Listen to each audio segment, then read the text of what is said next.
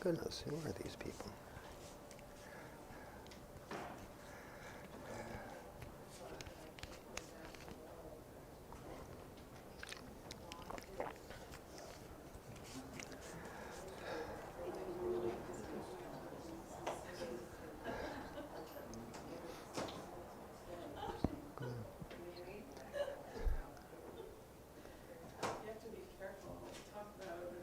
All right. Okay.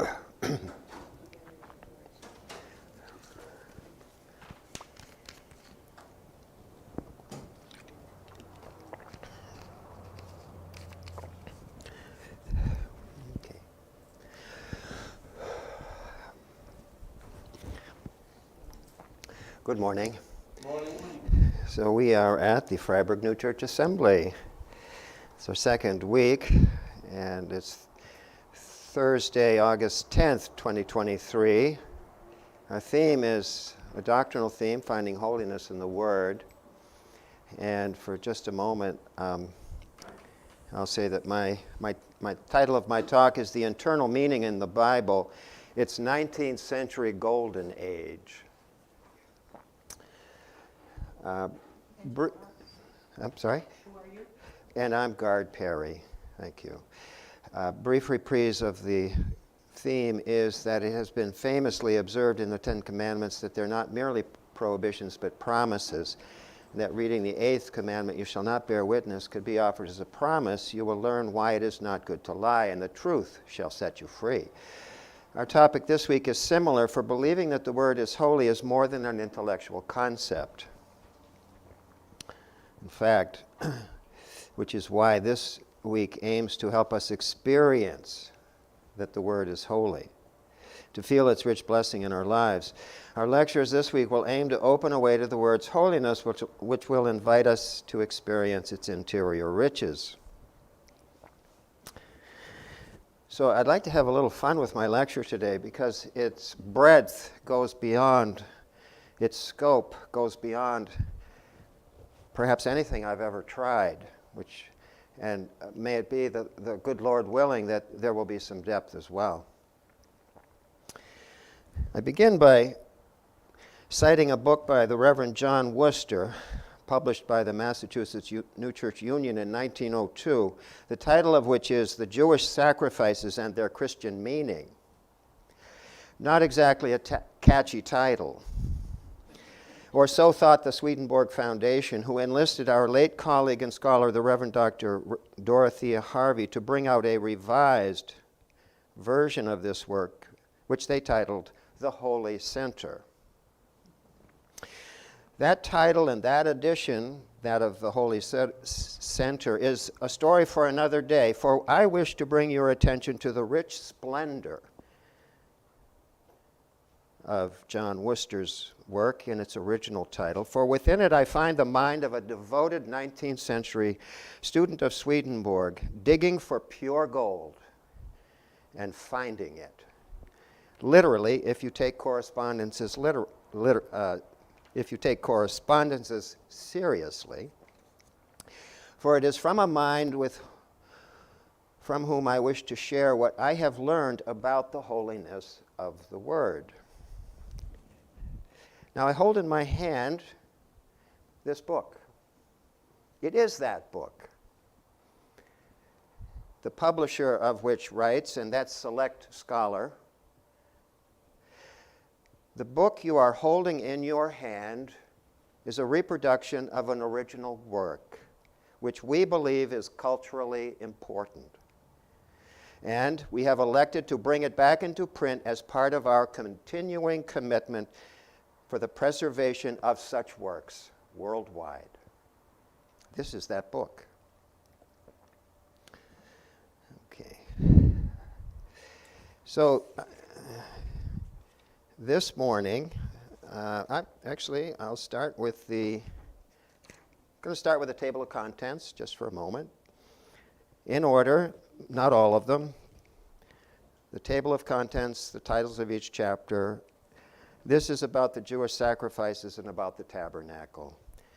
Offering in the tabernacle, the ark of the testimony, oil for the lamps, bread upon the golden table, the altar for burnt offering, the morning and evening sacrifices, the bread offering, the peace offering, the trespass offerings. That's a familiar list to those of you who are familiar with the construction of the ark in the book of Exodus. So let me step back for a moment and tell you my plan for this morning. Is to read excerpts from the first 3 chapters of this work to convey the significant effect it can have upon those who are moved by its content. To provide a brief biographical sketch of its author, John Worcester. To read a brief extract from Sampson Reed's biographical sketch of Thomas Worcester, John Worcester's father. And to conclude with my feeling as to why this work of John Worcester and that of his father, Thomas Worcester, is so important then and is important now. After all, my title was The Internal Sense of the Bible and its 19th Century Golden Age. So let's get started. Let's start with chapter 1, just very brief extracts from the first 3 chapters. And the Lord spake to Moses, saying, Speak unto the children of Israel, that they bring me an offering. From every one that giveth it willing with a willing heart, they shall take me an offering. And this is the offering ye shall take of them: gold, silver, and brass, blue, purple, and scarlet, and fine linen. The words of John Worcester. The tabernacle of the Israelites, and then the later temple, represents a place within our minds and the minds of people within which God can dwell. The building of the tabernacle is an interior sanctuary in the form of a mind so arranged as to receive the Lord and to bring the Lord's influence into the world. What did I tell you? Pure gold. The gold needed are the laws of life from the Lord. The silver is knowledge of how to love the neighbor, and the brass is how to be useful in the world. Continuing with his writing, spiritual treasures of these kinds are needed for full service to the Lord. As beautiful as these images are in our minds, they also have the power to give us happiness, to receive life from the Lord. And when these gifts are brought together by willing hearts, they can become one in us and in the Lord. Chapter 2. And thou shalt make an ark of sacred wood. 2 cubits and a half shall be the length thereof. 1 cubit and a half shall be the breadth thereof. And 1 cubit and a half shall be the height thereof.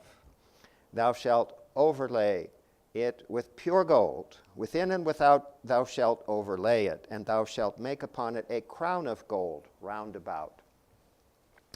So that's the wooden ark or sacred container of the testimony, the 10 Commandments that the Israelites had within their tabernacle, the most holy of holies.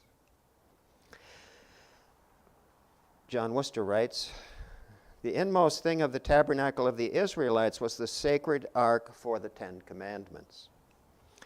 The inmost thing of the regenerating mind, that is of a human being, is that deep part of ourselves that receives the same 10 Commandments as the word of the Lord and as the living thought of God, God's self.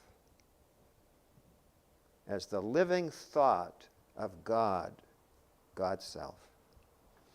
He continues, the natural level of the mind is of the world and lives for the world.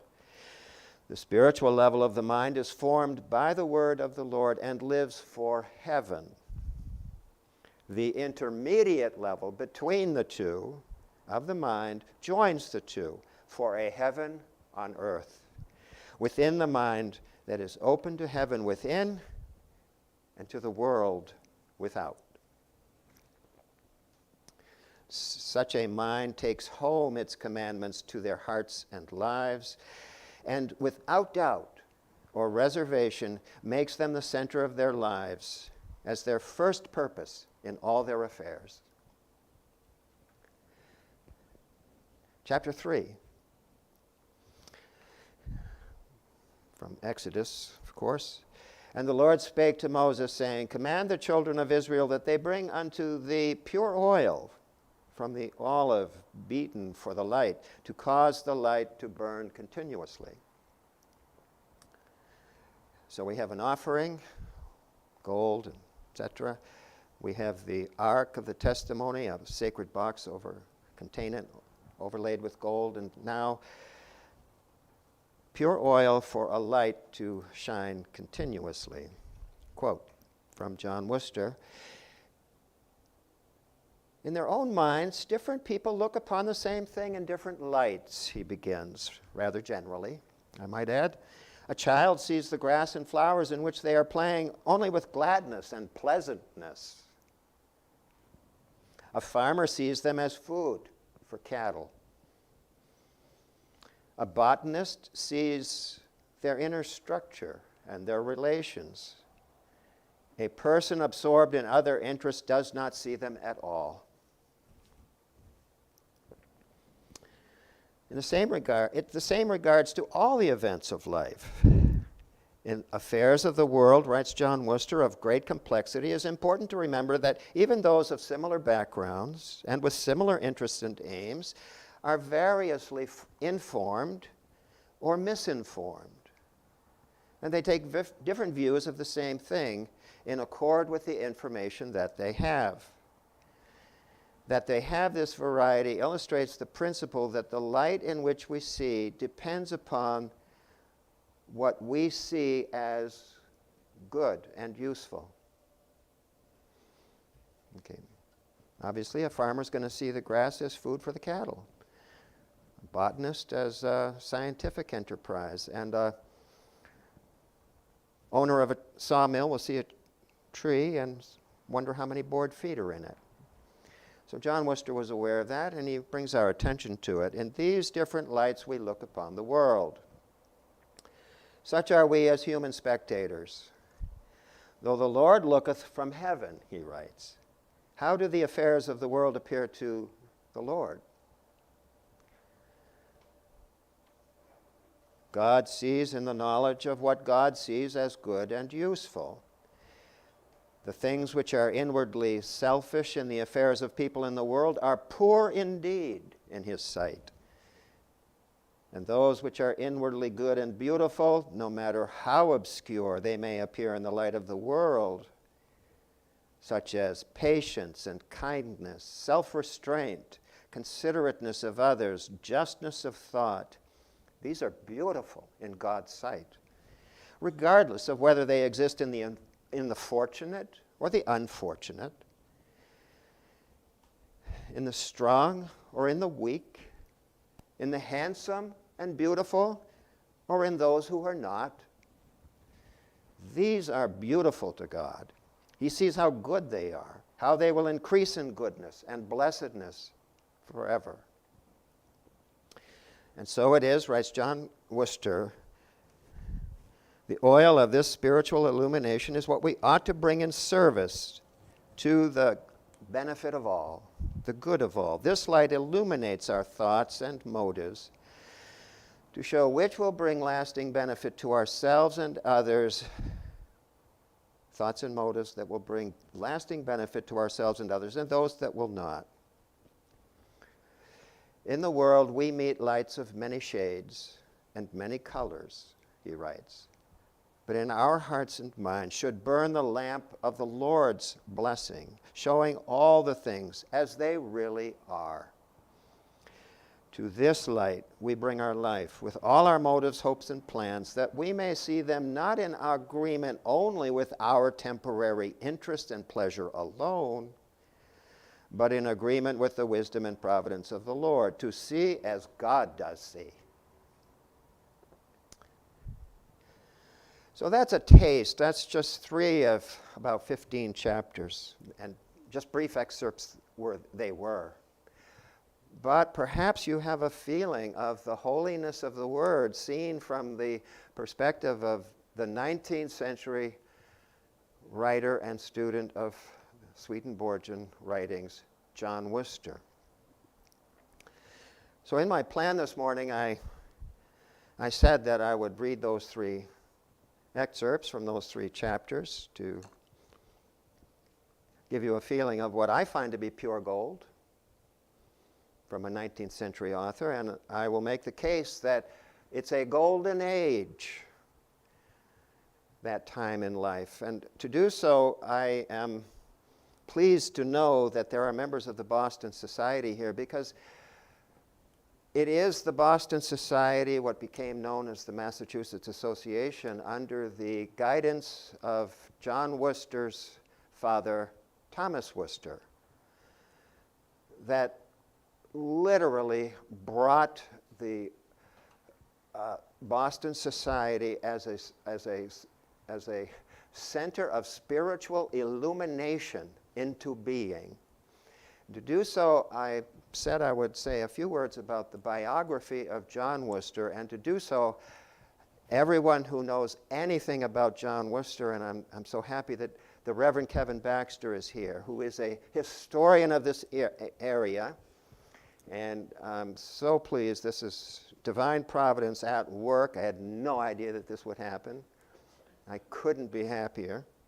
And he would know that, well, you can't talk about John Worcester without talking about Thomas Worcester. Briefly as I can. Thomas Worcester is the son of Noah Worcester, 6th generation congregational minister whose ancestors go back to England, in Thornton, New Hampshire, serving a congregational church in the mountains with his family.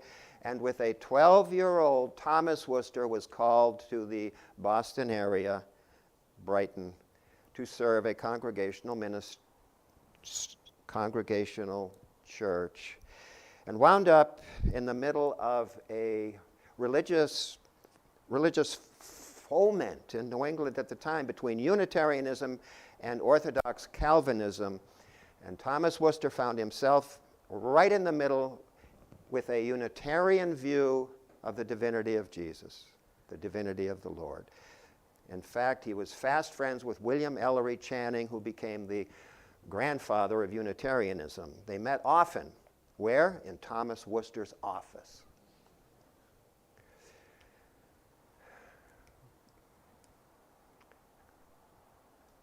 As an 18-year-old, Thomas Worcester went to Harvard with his roommate, Sampson Reed. Sampson Reed is the spark which ignited a literary movement, Romanticism, New England Romanticism. It became Transcendentalism. Why?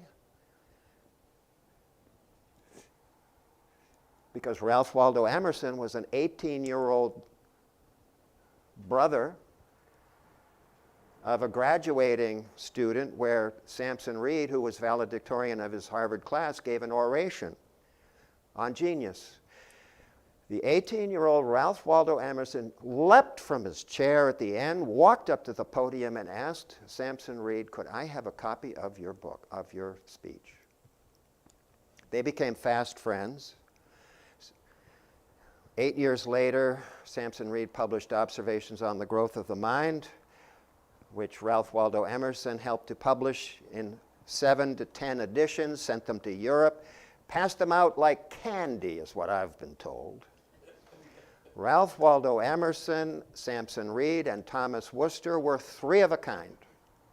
I now have to depart from Ralph Waldo Emerson because in the eyes of Sampson Reed, he went off the rails. Just read the preface to the 1838 edition of Observations on the Growth of the Mind, and your hair will stand on end. I will not read it. But why am I saying all this? Because of the depth, the illumination, the attractiveness of those founders of the Boston Society, where this group of people simply started to grow. And it expanded to not several, more than several churches in Massachusetts. Bath, Maine, Thomas Worcester. Gardner, Maine, Thomas Worcester. Throughout Massachusetts, Brockton, of course. So we won't go into all that either. The fact is it grew. Why did it grow? How did it grow? Here I'm going to get a little bit deeper and get into another subject. And I told you this is broader than I generally go, but I believe I will be within our theme. Samson Reed, Thomas Worcester, Samuel Worcester, his brother, Theophilus Parsons, and others, in 1828, started a publication called the New Jerusalem Magazine, to which Ralph Waldo Emerson subscribed. This was new. This was the real thing. I held up this. I could have held up the New Jerusalem Magazine. The Select Scholar wrote the same thing about that. It's back in print. It looks just like this because it's culturally significant. Every article in that is magnificent. Purely 19th century. Pure gold. They wrote a preface to that work, and I'm going to just say it from memory. This is accurate as memory goes. They say, we are but lay people, or in this case, one clergyman, but we do not have full time to write these articles in this journal, which was published for 50 years, hundreds of articles, literary gems, theological subjects, and others. We are but lay people who have other occupations, so we do not dare to aspire to write systematic treatises on the theology of the new church. We're not only not qualified to do that given the time we have, we're not disposed to do so. Rather, what we will report and what you will find in these pages is what we find when we walk on the path of life illuminated by the teachings of the new church. I'm going to repeat that one sentence. It becomes very critical. Rather, what we aspire to do is not to write systematically about the teachings and the structure of Swedenborg's theology. Rather, we will report to you what we find as we walk humbly. I didn't say that the first time, but I'm adding it. As we walk humbly on the path of life, illuminated by the light which we find shining from the doctrines of the new church. That's incredible. That's liberalism defined. That's the definition of application in a humble way, in a useful, relevant form, literary form, very accessible. It shows us how they lived, how the light of the doctrines illuminated their lives, what they found. It was gorgeous. Were that the end of the story, I will tell you what I think. I believe, had nothing else happened in the history of the new church, what we call the new church would have been societies throughout, up and down the eastern seaboard, in the Midwest, in California, and it would have been a household word as familiar as is the Friends, the religious society of Friends, the Quakers, the peace movement. They're up and down the East Coast. They are throughout the world. Everyone knows who the Quakers are. Everyone would have known who the Swedenborgians were and are had the story ended there. That's my premise. To say I'm provocative is an understatement. What happened? Why didn't the story end there?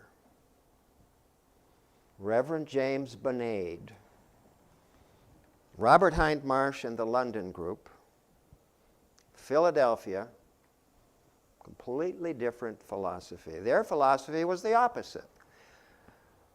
we're not going to, well, I'll just say what it was. We are simply going to publish the works as they are, and we will write systematic treatises to explicate the theological significance and why the new church is the new church and the old church is the old church. And they promoted it in newspaper articles throughout Philadelphia, throughout Pennsylvania, New York, and then it worked its way to the West. Well, if they had simply stayed there, we would have had two denominations as we do today, and there wouldn't have been the problem that I know, to which I now bring your attention. Thomas Worcester was very devoted to the convention. He waited 6 years before he received permission to be ordained by whom? Not James Benet, but a Reverend Carl, and it was from the Philadelphia group. So they were now part of convention. And the Philadelphia group got together, presumably, and said, we cannot let what the Boston group is doing do. They're simply writing this New Jerusalem magazine from their own lights. The path they walk on as illuminated by the writings, that won't do. No, these are heavenly doctrines. These are divine truth. We have to explicate this, say why they're true, why this is the new age, why the old church is corrupt. If it had ended there, maybe we would be okay, but they fought tooth and nail. It was a war. And I will conclude this portion of my thesis by saying the war never ended. It is a truce that never happened. It is influence that never went away. And it is unfortunately, a distraction from what? The liberalism that is at the heart of what I think I would recognize and what you might recognize as the liberal wing of the new church, which is the convention, not the general church. But we never really had a chance to say what it was, how it would work, and what would the effect be. Too busy fighting a war.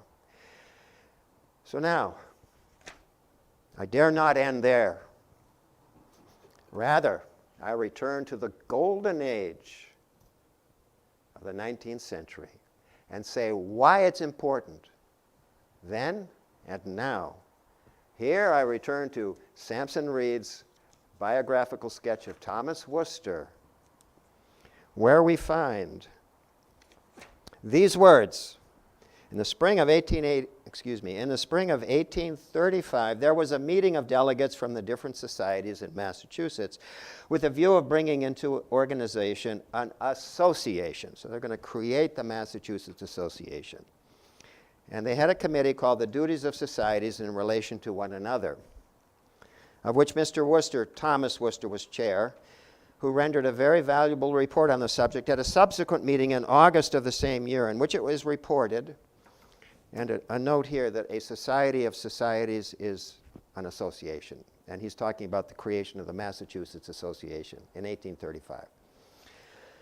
The same law that applies to the regeneration of individuals applies to the formation of societies and to the formation of a society of societies. That is, the same law that brings an individual into human form brings a society into a human form, brings a society of societies into a human form. Hence, we conclude that the first duty of societies in relation to one another is to follow the 10 Commandments, to shun evils that are forbidden by the commandments as sins, and to perform uses which are by this means gradually revealed to them.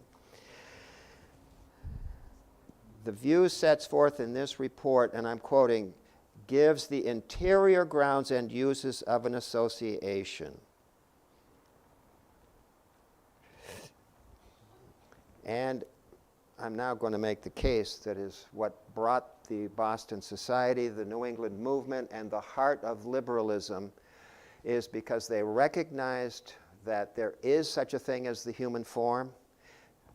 They started with the human mind and life and then worked their way up so that there could be such a thing. They did not shy away from this notion. There could be such a thing as a regenerating person. It was obvious if you met Thomas Worcester, his humility. He attracted people on the basis of it. So did the people he instructed because they became in the human form. They thought, well, then the society can become in a human form. And they wrote about it. And then a society of society and the association could become in a human form. Makes sense. I buy that. It's an ideal. You or others or I, we may not live up to it, but it's an ideal. Guess what happened? People in Philadelphia and elsewhere read that and they misinterpreted it, misconstrued it, made it an enemy.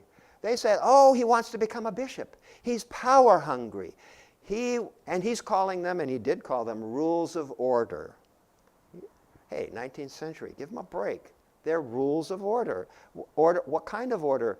The human form, divine order, real order. And they accused him of seeking power. They thought he wanted to become a bishop. No, he did not want to become a bishop. That became another bone of contention, and the rules of order never came into being. So this is an example, if I may say so, of a history of the church that never happened. Liberalism, true liberalism, based on real ideas within the Swedenborgian corpus about the human form, about regeneration, about spiritual community, about how a denomination even could be organized, were lost forever. And what did we find in its stead? A mini war. A war that's still being fought. Well, I tell you what. Didn't realize I was going to be quite this provocative in my talk. It kind of got a little out of hand. Should have had Susanna kind of raise a finger like this. Gardner, you're getting over the edge. So I'm just going to sum up for a moment, and I'll have a question for you. I began by acknowledging that our theme this week is the holiness of the Word.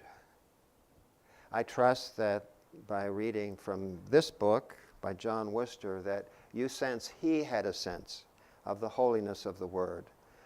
And he would recognize, as do we, that the most holy of holies within the Word is the Ten Commandments and the construction of the Ark.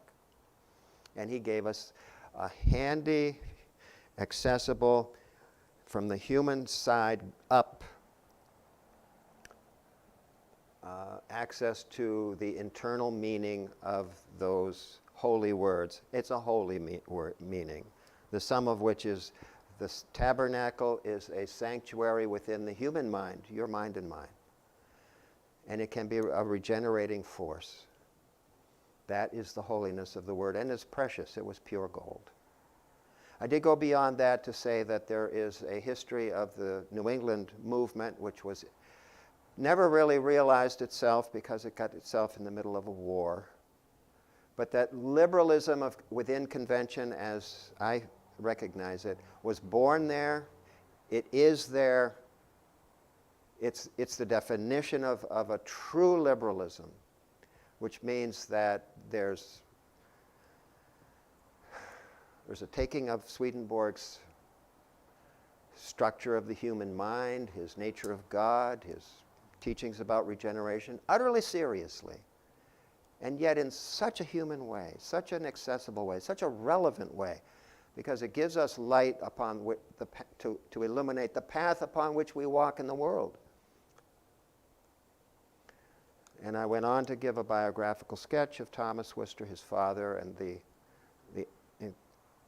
utterly remarkable impact on culture of Samson Reed and Thomas Worcester, resulted in the Romantic movement. And the Boston Society, by the way, of which Kevin Baxter is currently the pastor, for which we're very, very grateful, grew in the late 19th century to become one of the largest churches in the Boston area, seated 1,000, and had 1,000 people come. And they wrote their own music. They had a musician there. They didn't sing hymns from the Methodists and the Calvinists and the Presbyterians. They wrote music for the scriptures, and they sang chants, like the Benedictine monks. It was very beautiful. And performers from Europe who were musicians who came to Boston for the Handel and Haydn Society attended the new church and attended the Boston Society because they knew the music was so beautiful. And they often performed there. It was a phenomenon. And it ended. We don't have that today. And I won't go into I gave some of the reasons, and unfortunately I'll give one more tiny reason, which isn't tiny at all. It was World War I. That ended everything. And so the Boston Society would have had a great deal of difficulty to get past the devastating effects in culture in the Western world of World War I, but I think it could have, and is still grounds for the history that never happened. And with that, I tell you what, I almost don't dare ask. Kevin, you had your hand up. I would love to hear what you have to say. It wasn't. It was. Go ahead. Well, give it to him. Say it anyway. No, it wasn't what I had to say so much as you're using some wonderful 19th century language. And so I was hoping for someone who might not understand your comments about the human form. Yes. To actually define the human form a little bit, because people might not be aware that Swedenborg based humanity not on your physical body, but the qualities through which you lived. And and when you take that into mind, it just helps one understand what you're saying a little bit better. And let me do that very briefly, and Dave will have the microphone, and as soon as, let me answer this, and then Martha, you'll be the first. Let me just get to this. I can do this briefly by giving a generalization, and I'm happy to hear a contrary view. The general church generally will talk about the divinity of God as in the human form.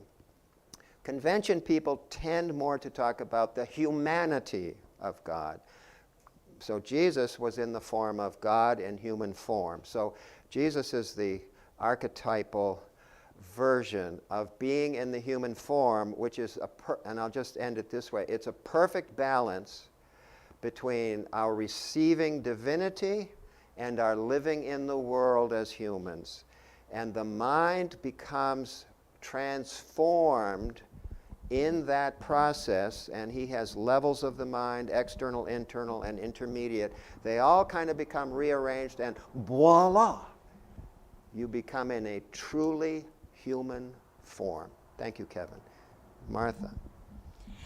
I'm going to bring a little bit in from Little louder. Suzanne. This is Martha. I'm going to bring in a little bit from Susanna's this morning about truth. We have witnessed, God, your truths. I didn't. We have witnessed your truths. Oh, thank you. I appreciate your talk, and I fully am a convention person. But I want to say that we have more than one truth. How people see truths is who they are. And we probably are fortunate, maybe not, to have carried through the new church like you would have seen it carried through, but we are fortunate to have many truths in the new churches. So, Randall, and then, okay, two hands there. Hi, I'm Randall White. I'm just curious about the connection between the Father and the Son. How you read from the son. Yeah. How much longer after the war began and everything did he write all this down? Yeah. I'm sorry. Ask His the question. interpret of the son writing this book, interpreting what happened with his father and Sam and Okay, so you're beforehand. curious about the connection between the father and the son? Is that what you're saying? Okay, I can answer that very, very briefly just from my perspective. So Thomas Worcester had to work all his life and was a truly astounding person. He was very tall. He had a large family. His wife, he married into a very prominent family of shipbuilding in the Boston area. Sampson Reed married a sister. Thomas Worcester married a sister. And they lived in the same neighborhood. They were brothers-in-law, sisters-in-law. They were very, very close. Thomas Worcester had to work his whole life just to establish the community, and he was the one having to respond to the literally horrid attacks from Benaid. That they eventually gave up and they formed a new society. And Martha, I do appreciate what you're saying, and I thank you for I'm asking for forgiveness because I really wanted to present an idea. I'm very mindful I was over the top, and I'm not trying to be judgmental of the general church. I'm just saying, trying to make a case for a historical phenomenon. John Worcester, I will say, is the golden age of the golden age.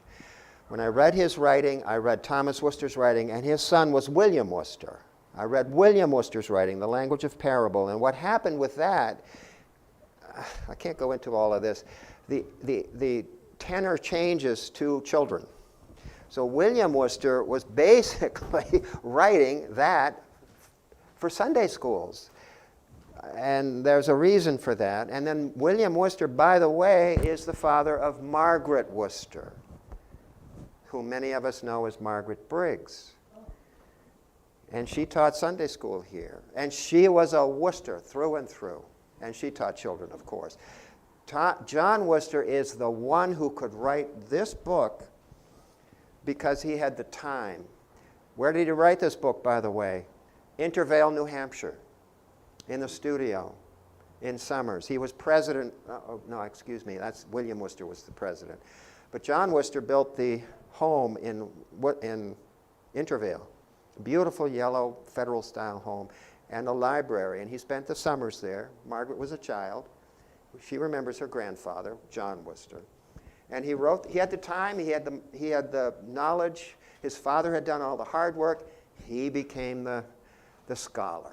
And this is the golden age of the golden age. So we have two hands right there. Thank you, Gard. I agree with your assessment. You were being provocative at times. Couple things. This goes along with what Susanna was saying, that sometimes we have to be right. It was William Henry Benaid, not James Benaid. Okay, thank you. Yes. And from my background, which it was a general church background, I studied those controversies of the 1800s, and boy, were they fighting a lot. It's one of the nice things about being here that I would go back and I'd say, and they'd have ministers here giving lectures from all three different branches of the new church, and we weren't fighting out of doctrinal interpretations, which I think is such a relief. I think that is one of the ways to go. Your use of the term liberalism, I believe you're using that theologically, not so politically. Right. But it's hard sometimes to distinguish because there's a certain mindset that goes with both. Yeah, I'm using it classically. Yeah. And we have people in the new church, in one society, who even the general church, the majority of general church criticizes because they are so conservative. And I visited, and like talking to those people, but then I like talking to the people here. And one of the things is that they're growing. They started from zero. They have a high school. They believe that they are now the second largest society within the new church.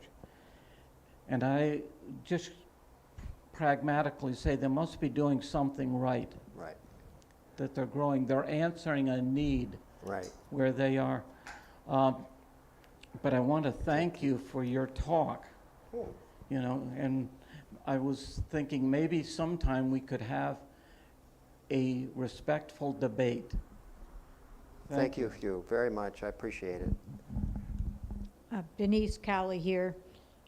Hugh, you scooped me.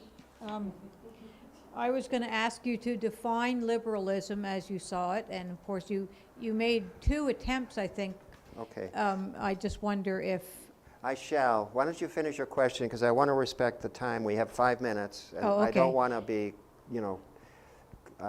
I will answer that. But All right. why don't you ask everything you want to ask, and then we'll well, the second leave half room for was, other hands, too. And we have a discussion group afterward, by the way, at 11 o'clock. We can go into depth. Please. the second half was, how do you define the war that you referred to a number of times? Is it the academy movement Yes. versus the Okay. convention? I can definitely do that. There's an objective side to Okay. that. Go ahead. All right, I think I'll just leave it there because that's Okay. probably enough to. The second one is the easiest one. Thomas Worcester had so much, and this is power, okay? But he had power because of his charismatic and everything I said about how it worked. It was a lovely, lovely society in New England, and they had the most delegates. Thomas Worcester was the president of convention for 60 years. The Philadelphia group wanted was jealous. They said, that's unfair. We want some political power. So there was a justified reason. So it was a political war. And that's the first aspect. The second is the theological education. And this gets to the second answer. Thomas Worcester founded what came to be known as the New Church Theological School. From ground zero. He founded it in Waltham. And his son Benjamin Worcester followed. Thomas Worcester was the first president of the first theological school. There wasn't one, or there may have been one in Philadelphia, but this was the one that became the convention's so-called Center for Education. Well, this infuriated William Henry Benaid, and eventually they simply said, we give. We're not going to ascribe to that school because look at who's teaching in it, Thomas Worcester and his son Benjamin, and they're liberal, and I'm going to define that. So they said, we give, and in 1889, the split happened by the 1880s. And he knows these were vicious. And this is why Thomas Worcester, he stayed in the saddle. He stayed in the breach. He never said, I give and I withdraw. No, he stayed with them. He wanted unity. They withdrew. The general church. They formed the academy. And so the liberal teaching, and I'll define this now, of the Waltham School moved to Cambridge, became the New Church Theological School. Liberalism is defined, in my view, by the preface to the New Jerusalem magazine that the editors wrote.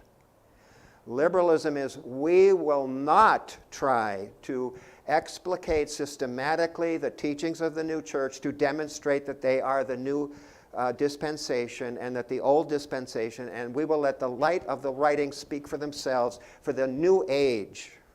And it was all systematic. Nothing human, really. That's conservative. The liberal wing was, no, we're not going to do that. We're going to walk the path of life as we walk it. Teachers, parents, educators, business men and women, people who have to run a society, people who are doing good in the society. What's it like to be a human being? That was their question. And what light shines in our reading of Scripture that illuminates the path of human life? That's liberalism, as I define it. We're going to run out of time, and we're going to get a heads up in just a moment. If someone, I really invite people to the 11 o'clock discussion group. We're at time, and we want to respect time because I think we do have teachers who are going to go to a class. But in any case, one last question? No. Okay, so let me thank you very much for your attention.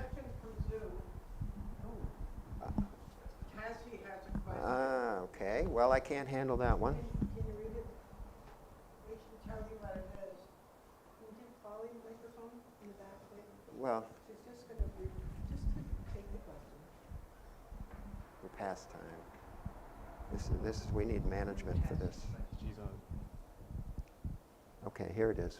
Oh, she has her hand up. Okay, bear with us. This is our technology not kind of being on sequence, but we're 5 minutes. Okay, we're at time. That's okay.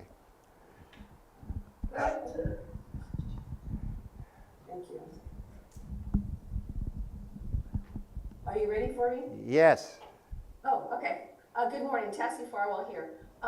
And Gard, maybe this is a better question for discussion, and that would be fine. I'll stay for discussion. But I have been looking at the start of Labor Day. I'm going to be speaking on Labor Day, and I've been looking at trying to define the differences between the liberalism that you talked about and socialism.